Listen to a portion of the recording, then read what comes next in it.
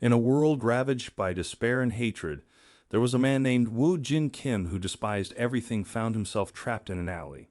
He lay on the ground, bloodied and bruised, the result of a merciless beating by three men. Amidst the searing pain coursing through his body, he muttered his hatred for the world that had shown him no reason to love it. It was a world where he was treated as nothing more than an animal, an existence devoid of dignity. These experiences had left him scarred with a profound lack of trust in others.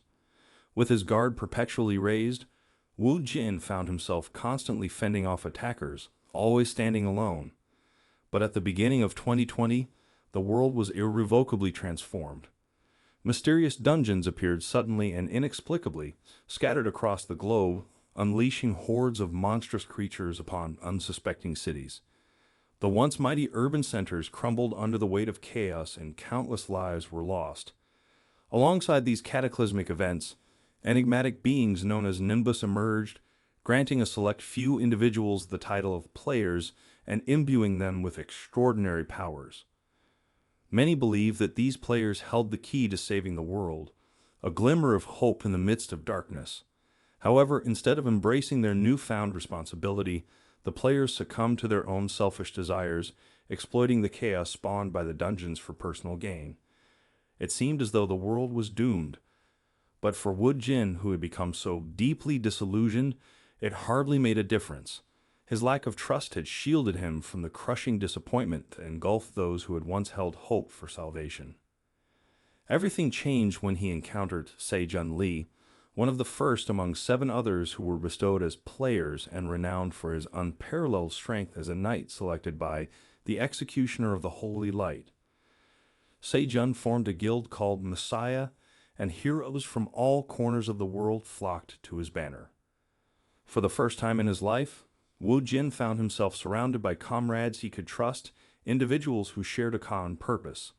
In their company, he began to believe that they could indeed change the world, that their combined strength and determination could bring about a brighter future. As the group now stood before the final door, the culmination of their arduous journey, Wu Jin declared with conviction that the time for the ultimate battle had arrived. However, Se-jun, in a shocking turn of events, corrected him. It was not the final battle for all of them, but for Wu Jin alone. In a swift and brutal motion, Se-jun stabbed him, revealing his true intentions. The pain of betrayal tore through Wu Jin as he grappled with the realization that he had been deceived. Wu Jin, falling victim, was then weakened by the curse inflicted upon him by Se-jun's treacherous act, feeling his abilities drastically diminish. In his final moments, he confronted Se-jun, his voice filled with anguish and desperation, demanding answers. Why? Was this betrayal part of Se-jun's plan all along? The questions hung heavy in the air unanswered. From the shadows emerged a woman named Shin Hai Park, a figure previously unseen. She revealed the true nature of their grand scheme. Once the final dungeon vanished, their dominion would crumble, and their rule over the world would come to an end. The poison coursing through Wu Jin's veins impressed Shin Hai, for it alone would have been enough to defeat anyone else. She explained callously that they no longer needed those who had placed their trust in them, thanks to Wu Jin's tireless efforts in overcoming the bosses. Despair gripped Wu Jin's heart as he pleaded with Se-jun to say something, to offer a shred of remorse or explanation.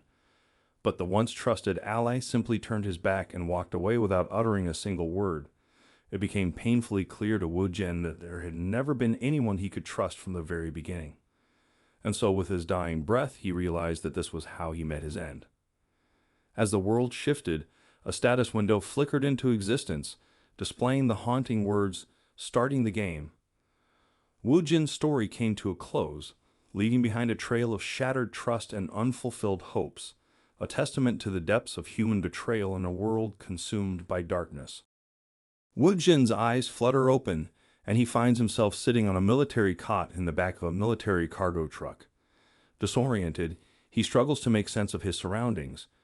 Just moments ago, he had felt the cold steel of Balmung's blade piercing his chest, yet now he is clad in his military uniform, questioning whether this is all just a vivid dream.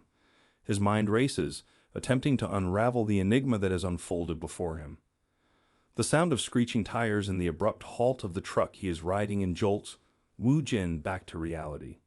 He peers outside and his eyes widen at the sight that greets him. The streets are teeming with menacing orcs, their hulking forms instilling a sense of dread. The driver's urgent commands, alerting them of the orcs' horde causing destruction ahead of them, snap the soldiers into action, their training kicking in as they arm themselves with weapons. Wu Jin's heart pounds in his chest as he readies himself for the impending clash. With the precision and agility of a well-oiled machine, the soldiers swiftly disembark from the truck just as the orcs catch sight of them, their grunts and snarls filling the air. Amidst the chaos, a soldier's commanding voice echoes, instructing the others to hold their fire until they are confident of hitting their targets. However, before the command can fully register, gunshots erupt, punctuating the tense atmosphere. All eyes turn towards Wu Jin, who stands tall and unwavering in the face of the charging orcs. Time seems to slow as he moves with an otherworldly grace, his movements calculated and lethal. The orcs fall before him like leaves in a gale, two tumbling lifeless to the ground. He evades a swing from a third orc with a deftness that defies human limitations, swiftly counterattacking with a deadly strike. The last remaining orc, sensing its imminent demise, tries to flee in fear, but Wu Jin pursues it mercilessly, swiftly ending its life without a trace of mercy. The other soldiers watch in awe and astonishment, their jaws hanging open as they struggle to comprehend the sheer skill, speed, and efficiency with which Wu Jin dispatches the orcs. They exchange bewildered glances, unable to fathom how it is humanly possible. Wu Jin himself stands in awe, his mind reeling from the reality of the sensations he is experiencing. This is no mere dream. He has truly returned to the past. As the soldiers chatter among themselves, their voices filled with awe and intrigue about Wu Jin's abilities, he gazes into the distance, lost in contemplation. The memories of Shin Hai and Se-jun flash before his eyes, intertwining with the present. Suddenly, a faint sound reaches his ears, drawing his attention. A status window materializes before him, its ethereal glow captivating his gaze. The message displayed declares that he has awakened as a player, a chosen one with extraordinary powers. Wu Jin's eyes widen as he takes in the pop-up window that offers him a choice of classes. His heart quickens as he realizes that unlike the standard options, there are 3 choices before him. One of them bears the label Agent of the Dark World, an ominous class that grants control over curses, poison, and the undead as an army. He hesitates, unlike the other classes, knowing the inherent imbalances of this class, as it allows one player to monopolize his powers. The name John Jorg, known as the Immortal King of the Undead, flashes through his mind, a formidable opponent who stands in stark contrast to Se-jun, the once revered hero. With a resolute gaze, Wu Jin understands that if he is to have any hope of defeating John Jorg and unraveling the mysteries that have brought him to this point, he must meticulously analyze the nature of his adversary's class. He must embrace the darkness within and transform himself into a formidable monster, embarking on a perilous hunt for Se-jun, the one who holds the key to the truth. The stage is set for a battle that will test Wu Jin's mettle and push him to the very limits of his abilities. The scene transitions to an explanation of the guilds, specifically the Phoenix Guild, which had paved the way for the Messiah Guild. Upon the bustling headquarters of the guild, Wu Jin and his companions step into the vast space, taking in the sight of players preparing for their quests and exchanging stories of their triumphs. They are greeted by guild officials, who guide them through the bustling corridors, filled with anticipation and excitement. As they reach a quiet corner, an official presents Wu Jin with a contract, explaining the terms and benefits of joining the Messiah Guild. Wu Jin, ever the skeptic, raises a valid question about how he can prove his qualifications as a player, since only players can see their status window, a telltale sign of their extraordinary abilities. In response, a man leans forward, displaying a stack of skill pages for Wu Jin's class. He challenges Wu Jin to rip one of the pages, stating that by tearing a page and acquiring a skill, he will demonstrate his authenticity. Wu Jin examines the pages, his eyes scanning the various skills. His gaze settles on a page that catches his attention. It bears the name Poison Blood, a skill he recognizes and understands its future advantageous potential uses with other compatible skills. Fueled by confidence, he tears the page, a rush of exhilaration coursing through him as he acquires the skill.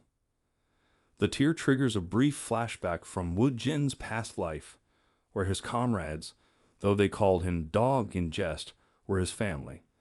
In the flashback, he stands amidst them, urging them to prepare for battle, a sense of unity and camaraderie surrounding them. Back in the present, having returned to the past, Wu Jin's eyes flicker with determination. He believes that his comrades from his previous life may still be alive, and he eagerly anticipates the possibility of reuniting with them in this new timeline. The scene shifts to a sports park, where a group of people gather in a parking garage, discussing their first hunting experience. They eagerly await the arrival of their final member, exchanging banter and making casual remarks about his lateness and unremarkable appearance of a rundown beetle arriving, dismissing him as inconsequential. One of the group members suggests they proceed without him, as if they are a member short. The group finishes their briefing, revealing their plan to raid a goblin's lair. The one who briefed them reminds everyone to double-check their inventories, ensuring they are well prepared for the challenges ahead. Meanwhile, Wu Jin, still unfamiliar to the group, stands confidently, remarking that he doesn't need to worry about such matters. The group ventures into the dungeon, passing through a massive gate that leaves them awestruck by its size. They find themselves transported from the cityscape to a dense forest, the air thick with anticipation. One member comments on the resemblance to a game, but the bald member of the group warns them to stay vigilant, emphasizing that this is not a game, they are facing real dangers. Wu Jin carefully observes the surroundings, his senses heightened by his past experiences. He deduces that they will encounter many goblins within these woods. The bald member approaches him, wanting to utilize Wu Jin as bait, and instructs him to scout the area while they set up camp. Wu Jin accepts the task, with unwavering resolve evident in his eyes. As he departs, one of the group members chuckles, deeming Wu Jin foolish for accepting such a dangerous assignment. Unbeknownst to them, Wu Jin remains unfazed, displaying a small grin while holding his chin. He had predicted this scenario. He knew he would be used as bait, but he welcomes the challenge, acknowledging that his cunning and skills will guide him through the trials ahead. The stage is set for Wu Jin to prove his worth and unravel the mysteries that lie within the goblin's lair. The scene transitions to the interior of the Messiah Guild, where Shin Hai introduces a new member to the group. The atmosphere is filled with anticipation and curiosity. Suddenly, a shadowy figure enters the room, causing Jai Hu Yang, who bears a resemblance to an orc with a scar going down the side of his mouth, to visibly bristle with annoyance. The figure, Suzuki Aiichi, exudes confidence as he casually introduces himself, remarking that since everyone else looks familiar, he doesn't require any formal introductions. Se-jun, amused by Suzuki's audacity, introduces himself, acknowledging the man's presence. Curiosity piqued, Suzuki inquires about his role within the group and their future endeavors. Jai Hu Yang, still seething with anger, can't help but question Suzuki's lack of manners, wondering if his agitation stems from sheer rudeness or if he harbors a grudge against them. Se-jun, sensing the growing tension, interjects, urging them to cease their bickering and maintain a sense of unity. Reluctantly, the orc-like member takes his seat, vowing silently to seek revenge against Suzuki at a later time. Shin Hai, eager to move the conversation forward, calls an end to the introductions and redirects their attention to the task at hand. She asks how long they will have to wait for the required materials. Suzuki, with a confident demeanor, explains that locating the necessary items has proven challenging, estimating it will take approximately 3 days to acquire them. Se-jun, ever the practical leader, deems the proposed timeline acceptable. The scene then shifts, transporting us back to the dungeon where Wu Jin currently resides. Wu Jin stands before a majestic tree, his eyes scanning its intricate details of monster-like marks. A small smirk graces his lips as he acknowledges the validity of the rumors surrounding this mysterious dungeon. Memories flood his mind, and he recalls a conversation he once had with Suzuki, discussing the nature of weaknesses and strengths. It dawns on Wu Jin that Suzuki's teachings were not solely focused on personal strength, but also about understanding the vulnerabilities of the guild itself. Suddenly, a rock hurtles through the air, aimed at Wu Jin. His instincts kick in, and he gracefully evades the projectile, narrowly avoiding harm.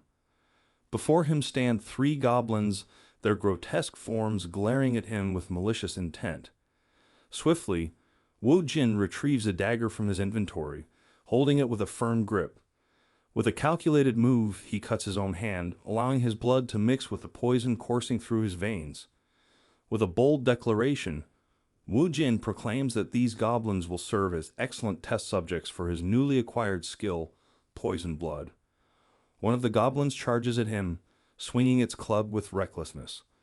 Wu Jin gracefully evades the strike and swiftly stabs the goblin in the arm, allowing the poison to seep into its veins. As the goblin becomes afflicted, it attempts another attack, but Wu Jin effortlessly dodges, his movements fluid and precise. Observing the lack of impact from his skill, Wu Jin muses that it must not be as effective against this particular type of goblin. Undeterred, another goblin springs forward, attempting to catch Wu Jin off guard. However, Wu Jin's reflexes are honed to perfection, and he elegantly sidesteps the attack, causing the creature to crash its club into the ground. Seizing the opportunity, Wu Jin plunges his dagger into the goblin's skull, swiftly ending its life. Reflecting on the ease with which he dispatched the goblins, Wu Jin remarks to himself that these creatures won't pose much of a challenge. However, he realizes that if he prolongs the fight, more goblins will continue to multiply. Displaying his strategic prowess, Wu Jin retrieves a whip from his inventory, its design specifically tailored to invoke fear in goblins. As the remaining goblins cower in terror, Wu Jin expresses his satisfaction, recognizing the foresight he had to prepare the whip in advance for this very moment.